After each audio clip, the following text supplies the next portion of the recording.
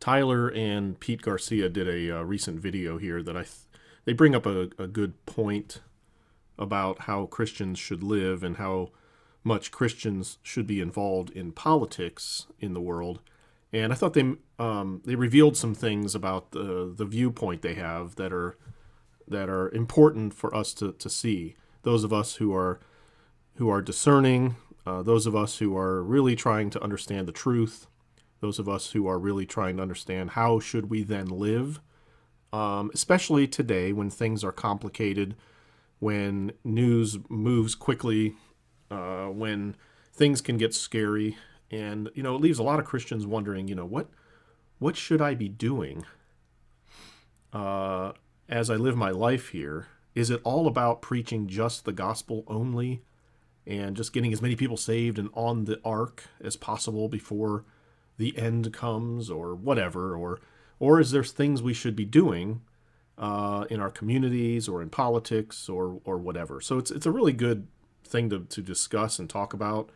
And let me point out, though, a couple of facts that are revealed about the viewpoint these two guys have. They're at a prophecy conference in Texas here doing a live stream, and yet another conference where a bunch of guys get together and sit around and talk to each other about their fantasies and how close they are to the rapture and blah, blah, blah, blah, blah, and slap each other on the back and, yeah, brother, good job, man. You have some great ideas, and whatever. And nothing actually ever gets done at any of these conferences. They don't bring in the lost and preach the gospel to them. I've seen the conferences, right? They're just there to have a good time and enjoy themselves. So that's where they are.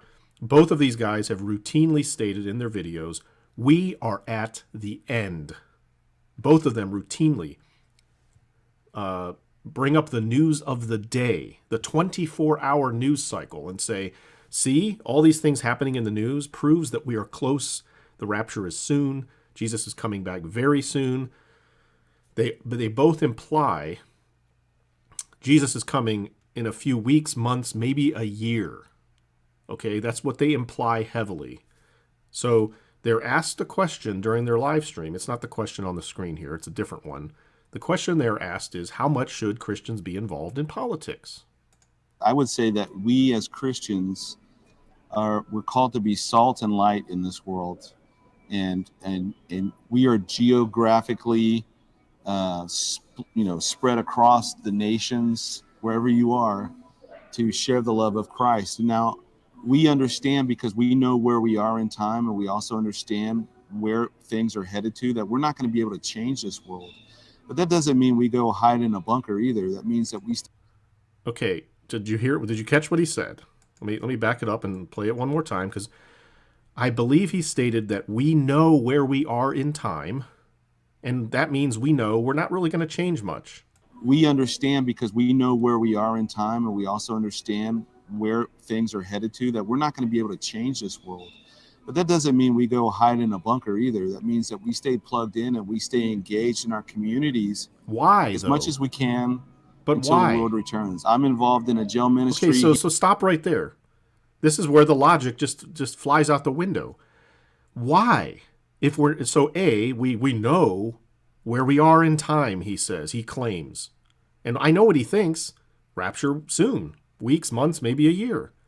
So again, how can they say that we know, not we think, not that we believe, we know this is where we are, and we're not going to make a big difference anyway, but we should still do it.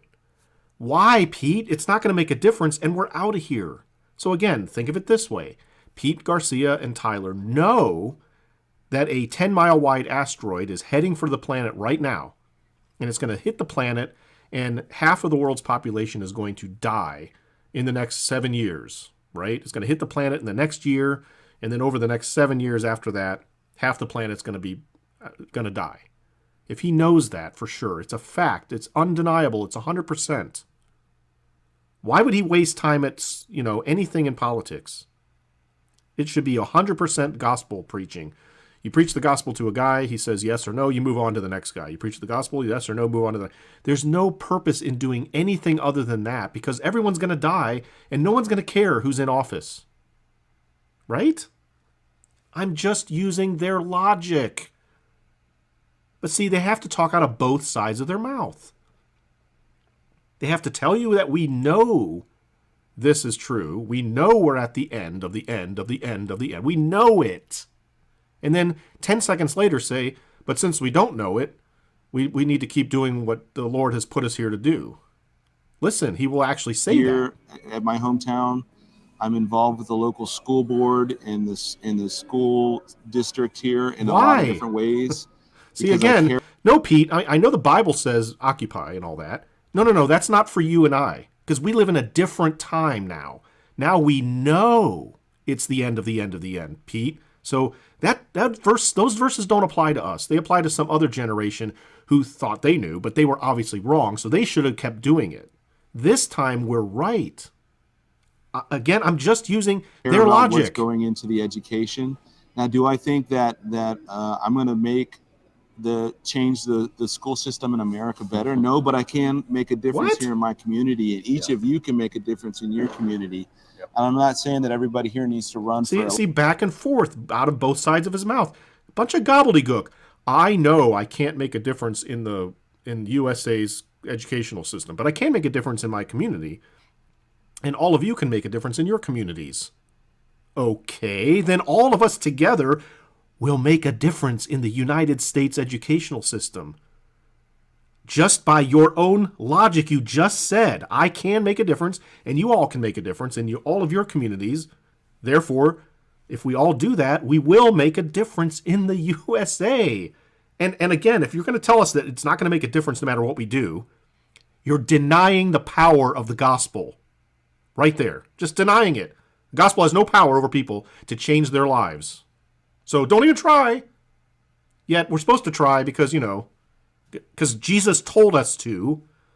Except we're at the very end of the end of the end of the end of the end of the end of the end of the end of the end. I mean, what? Elected office. I'm just saying where you can take a stand in your communities, because we don't know exactly when the Lord's going to return. It could be tomorrow. It could be 5 years from now, or whatever the case is, and we have to live with the. Okay, see, right there. We don't know. We don't know. It could be tomorrow. Then he looks off in the distance and tries to conjure up. Here's what Pete Garcia is doing right there as he's looking off in the distance. What number should I use? I dare not say a number that's too high, because too high of a number, speaking to this audience, is going to make them mad. They don't want to hear that we could be here another 2 years, 5 years, 50 years, 500 years. They don't want to hear that. So I better pick a number that's not too far in the future, and I better pick a number that's not too close. Because if I pick a number that's too close, then what I just said makes no sense. He knows it makes no sense to go telling people to get busy in their communities and make a difference, or not make a difference, or try to make a difference, if we're all out of here in months. Why would you do that? So I better pick a number that's far away enough that we could still be here for a while to make a difference. But I better not pick a number that's too far in the future, because then I'll make everybody angry at me, because they don't want to hear that we might have another 5, 10, 50 years. Do you see how these people are liars? That's lying. The guy knows what he says makes no sense. The guy knows what he is saying isn't really true for sure, because he knows he doesn't know for sure. He admits that he doesn't know for sure. But 1 minute earlier, he claimed, well, we know where we are in time. Pete, we know means something. Those words actually have meaning, Pete. As much as you don't want them to, they actually mean things. Words actually mean things. I know you use them just for emotional payoff, but when you say something like, I know this, and then you use the name of the Lord when you say it, you're in deep, deep trouble if it doesn't come to pass. So that's my point. Once again, they expose themselves.